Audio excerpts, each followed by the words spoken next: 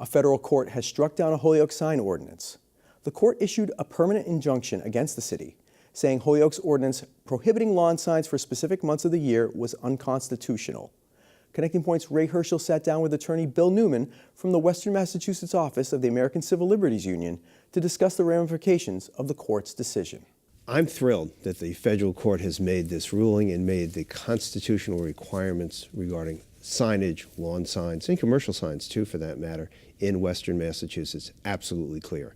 And what the court decided in this consent decree was that individuals have a right to have lawn signs on their lawns, and that the Holyoke ordinance, which prohibited lawn signs for 3 months of the year altogether and required registration of those signs at City Hall before putting them up, and banned temporary signs on vehicles, which is to say bumper stickers, was unconstitutional, that all three of those requirements and restrictions on First Amendment speech were unconstitutional. So I think it is crucial that people feel protected, particularly in these days, of their right to speak and their right to express themselves and the right to use that fundamental First Amendment protection in a way that satisfies their needs to express themselves, their political and sometimes non-political viewpoints. I'm thrilled. How did the ACLU get involved in this? Did some of the residents come forward to bring this to your attention? Can you talk us through the process by which this evolved? Sure. As in most lawsuits that we bring, in most cases that we are involved in, whether it involves litigation or not, someone calls. It usually starts with a phone call. And in this instance, we received many phone calls from residents in Holyoke. And then there was one resident of Northampton who I happen to be married to who said, wait a second, I can't drive my car with my bumper stickers in Holyoke? And I said, that's right. And my wife said, can I be part of this lawsuit? And she was. She is the 8th plaintiff. Well, interesting. But we had 7 plaintiffs from Holyoke who wanted to put up signs, for example, Black Lives Matter, you are welcome here, those kinds of signs, which Holyoke prohibited. Of course, as you know, the ordinance was passed over the mayor's veto. Correct. And I think that the mayor's veto was right, and it in effect has been sustained by the federal court. You know what the status of the ordinance then is? Is it going to be revised, revamped in any way, discarded now? What's the status of the ordinance that the court ruled on? The ordinance that was passed in Holyoke has been permanently enjoined. It is a dead letter.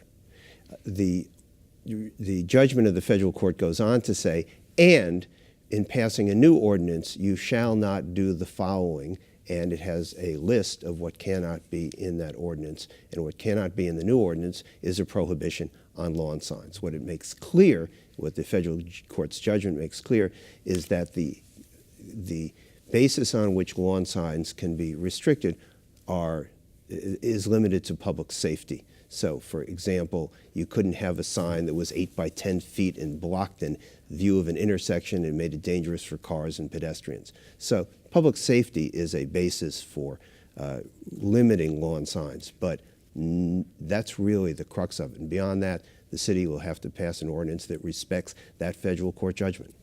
And I know one of the counselors for the ordinance said it had nothing to do with the content of the signs, but as you mentioned, the public safety aspect and also the aesthetics, meaning what somebody wanted to have a bunch of signs on their lawn and someone thought it didn't look appealing or whatever. But that's been debunked now by the federal court. That's right. And I think we should notice that there is a certain beauty to constitutional guarantees in America.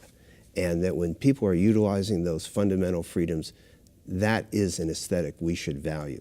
Beyond that, you can paint your house the most hideous colors imaginable, and I may not like it, being your neighbor across the street, but that's your right to do what you want with your house. And this is an area where you should have the right to make your beliefs known and to express yourself.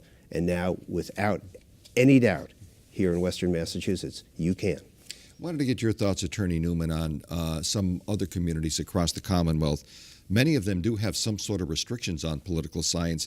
In Amherst, for example, I believe that they have regulated political signs. They have a regulation that says signs must be put up no earlier than 60 days before an election and taken down within 3 days after an election. So that limits the time in which you can keep up signs. Do you anticipate any kind of legal issue with regard to that kind of regulation and restriction? I think that Amherst would be well advised to revisit its ordinance on signs. And that description, assuming that is an accurate description, and I believe it is unconstitutional in my judgment. I think the residents and citizens of Amherst are going to say, wait a second, we can't exercise our constitutional rights in Amherst? And that's clearly not acceptable to the people who are the residents of the town. What's wrong with it is that it indicates, what's wrong with the ordinance, it indicates that political expression is only about elections. So when is a Black Lives Matter sign? Not relevant.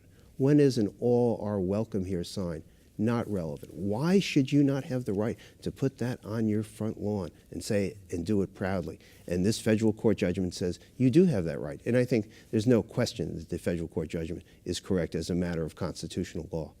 Is the ACLU hearing from people in other communities across the state, given this ruling as it affected the Holyoke ordinance? We have heard from a number of residents in a number of municipalities across the Commonwealth, particularly in the eastern part of the state where there was an incident recently involving signs in Scituate.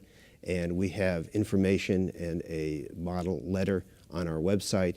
We also have asked the Massachusetts Municipal Lawyers Association to distribute a letter to local town councils and city solicitors so that they can be fully aware of the constitutional requirements and considerations. Where do you think this is going to end up? Do you think this is going to end up in perhaps some of these communities rewriting their ordinances and rules and regulations, or do you anticipate further court actions? Well, I would think, given what has happened in Holyoke, that towns would be well advised to take the injunction, the permit injunction issued by the court, and the declaratory judgment issued by the federal court in Springfield, and take it seriously and make sure that their ordinances do not unconstitutionally restrict speech of their residents. Any final thoughts? We've got about a minute left during the program. Any final thoughts, any final message you'd like to give to the people who are listening and watching today in terms of this issue and where it proceeds down the road now as a result of this federal court ruling? Well, I think that we, as the residents and cities of municipalities, have the right to demand that our local towns and cities fully respect our constitutional rights, and particularly the fundamental right to speech. And I think this federal court injunction and judgment says that emphatically. As for what will be the process to make cities and towns conform their bylaws and change their bylaws and ordinance to this federal court decree, I think that most cities and towns are going to voluntarily undertake that process. After all, this is a situation where a word to the wise should be sufficient.